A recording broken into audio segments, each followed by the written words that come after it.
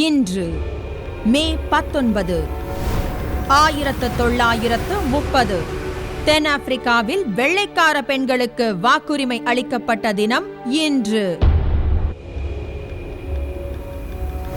1971 இந்தியாவில் முதல் நீர்மூழ்கி கப்பல் தளமான வீர் பாகு விசாகப்பட்டினத்தில் செயல்படத் தொடங்கியது.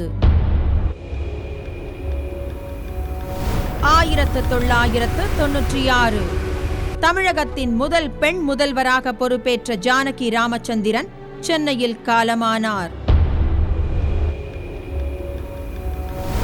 1911 முதலில் கைரேகை சாட்சியத்தின் அடிப்படையில் ஒருவர் குற்றவாளி என்று நியூயார்க் நகரில் இன்று தீர்ப்பளிக்கப்பட்டது.